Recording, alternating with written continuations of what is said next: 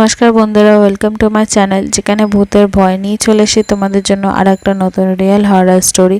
তোমাদের স্টোরিগুলো পছন্দ হয়ে থাকলে আমাদের চ্যানেলটা সাবস্ক্রাইব করো, পাশে থাকা বেল আইকনটি বাজিয়ে দিও আমাদের ভিডিও নোটিফিকেশন সবার আগে পাওয়ার জন্য।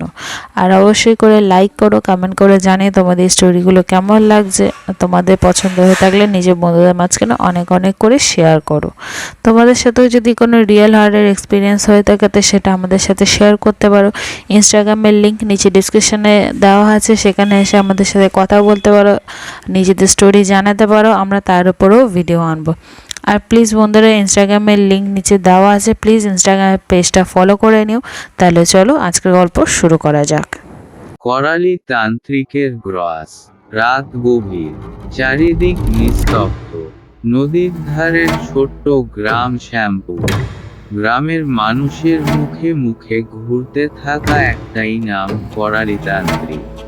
শ্যামপুরে দিনের বেলায় যে শান্তি বিরাজ করে, রাতে সেখানে ভয়ের ছায়া নেমে আসে। কারণ করালি তান্ত্রিক নাকি মৃত মানুষের আত্মা নিজের বশে রেখে তাদের দিয়ে ভয়ঙ্কর কাজ করায়। গ্রামের লোকেরা জানে, রাতের বেলায় কেউ করালির জায়গার পাশ দিয়ে গেলে আর ফিরে আসে না।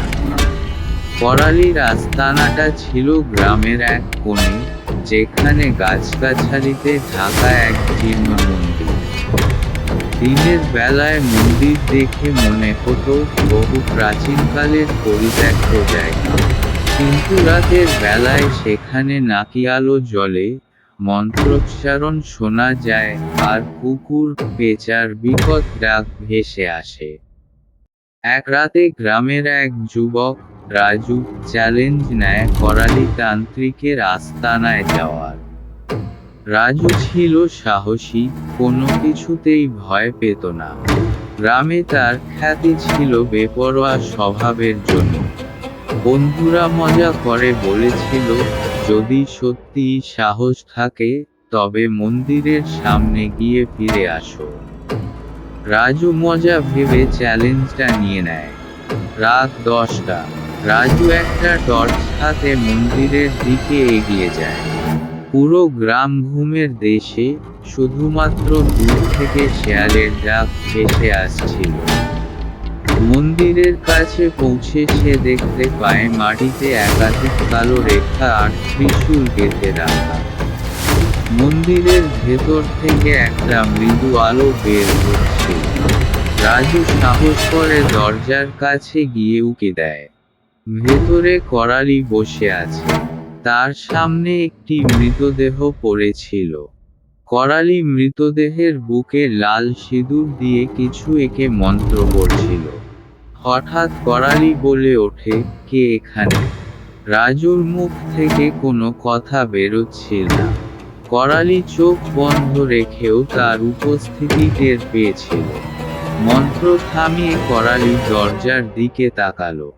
তুই মরতে এসেছিস, নাকি করালির শক্তি দেখতে চাস?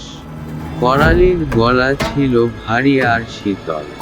রাজু কিছু হটার চেষ্টা করল, কিন্তু পায়ের নড়াচড়া যেন বন্ধ হয়ে গিয়েছিল।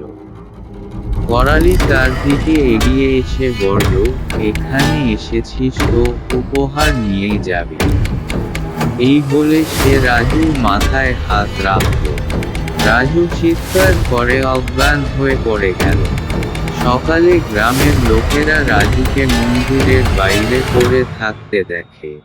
তাকে বাড়ি নিয়ে যাওয়া হয়, কিন্তু সে কথা বলছিল না। তার চোখে মুখে আতঙ্কের ছাপ। কয়েকদিন পর রাজু আচমকা মারা যায়। এরপর গ্রামের মানুষ জানতে পারে করালি তান্ত্রিক কিভাবে তার কালো জাদু দিয়ে মানুষের প্রাণশক্তি শোষণ করে। করালির আসল লক্ষ্য ছিল গ্রামের মানুষকে ভয় দেখিয়ে নিজের নিয়ন্ত্রণে রাখা। সে দাবি করত, তার কাছে সব ধরনের রোগের ওষুধ আছে।